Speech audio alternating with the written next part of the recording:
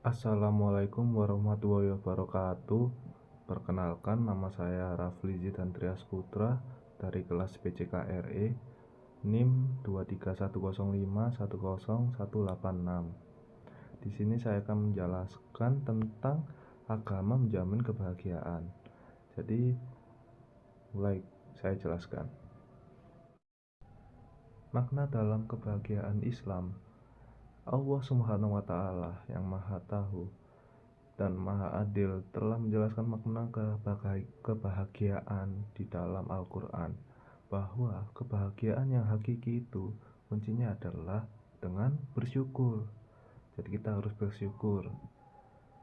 Jangan mengukur kebahagiaan dengan melihat kehidupan orang lain yang jauh di atas kita status sosialnya, tapi lihatlah mereka yang jauh lebih beriman daripada kita, sehingga kita selalu mawas diri dan tidak melupakan akhirat sebagai tujuan akhir dari kehidupan kita, dan tidak mengejar kebahagiaan di dunia hingga melalaikan kewajiban kita sebagai seorang muslim.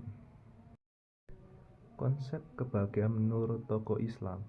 Yang pertama, Al-Ghazali, bahwasanya kebahagiaan adalah merasakan kelezatan atau kenikmatan pada suatu kecenderungan yang menjadi tabiat segala sesuatu. Tabiat segala sesuatu adalah berdasarkan tujuan penciptaannya. Yang kedua, Al-Farabi. Al-Farabi membedakan pengertian antara kenikmatan dengan kebahagiaan bagi orang awam dan orang yang levelnya di atas. Orang awam mendefinisikan kebahagiaan saadah sebagai kenikmatan yang sering disebut kesejahteraan. Kebahagiaan ini selevel dengan al-zazah, kenikmatan. Manusia harus beragama, dan bagaimana agama dapat membahagiakan umat manusia. Jika manusia itu tidak sesuai dengan fitrahnya, maka manusia tidak akan mendapatkan kesenangan, ketentraman, kenyamanan, dan keamanan. Ujungnya tidak ada kebahagiaan.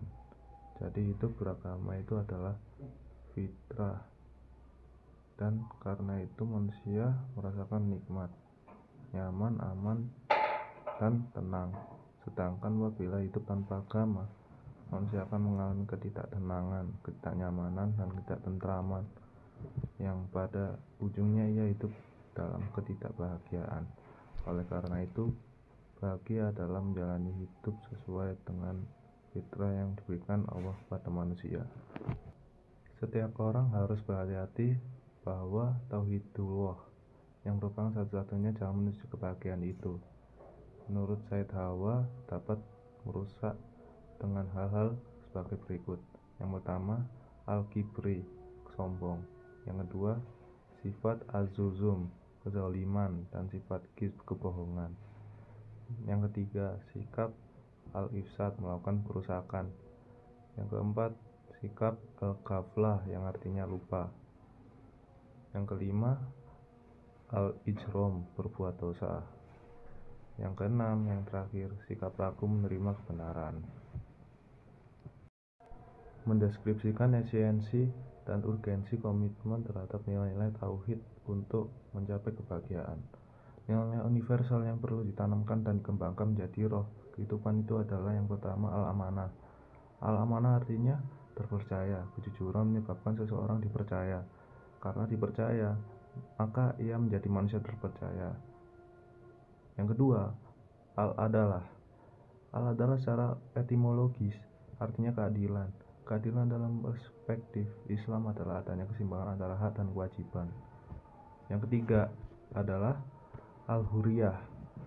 Al-huriyah artinya kebebasan manusia dalam berkehendak dan mewujudkan kehendak. Dengan perbuatan adalah hak asasi manusia. Manusia mempunyai kebebasan untuk berpikir dan mengembangkan pemikiran lewat ilmu, filsafat, atau pembaharuan pemahaman terhadap agama.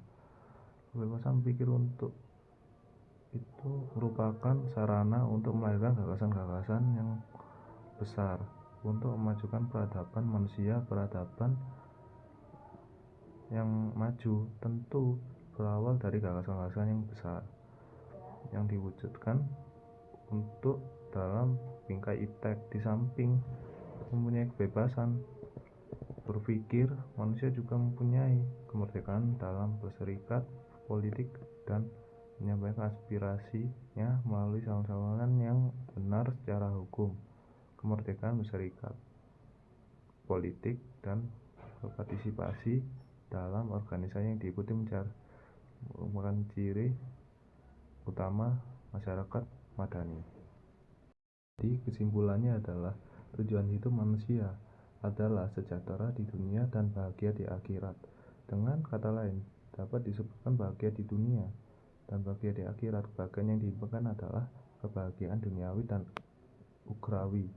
Untuk menggapai kebahagiaan termaksud mustahil tanpa landasan agama. Agama dimaksud adalah agama tauhidullah. Mengapa kebahagiaan tidak mungkin digapai tauhidullah? Sebab kebahagiaan hakiki itu milik Allah. Kita tidak dapat meraihnya kalau tidak diberikan Allah. Untuk meraih kebahagiaan itu, maka ikutilah cara-cara yang telah didapatkan Allah dalam agamanya. Jadi seperti itu. Oke, jadi begitu saja yang saya sampaikan. Oke, mungkin itu saja yang bisa saya sampaikan.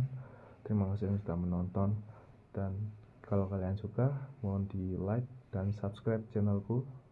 Oke, dan selamat tinggal. Bye.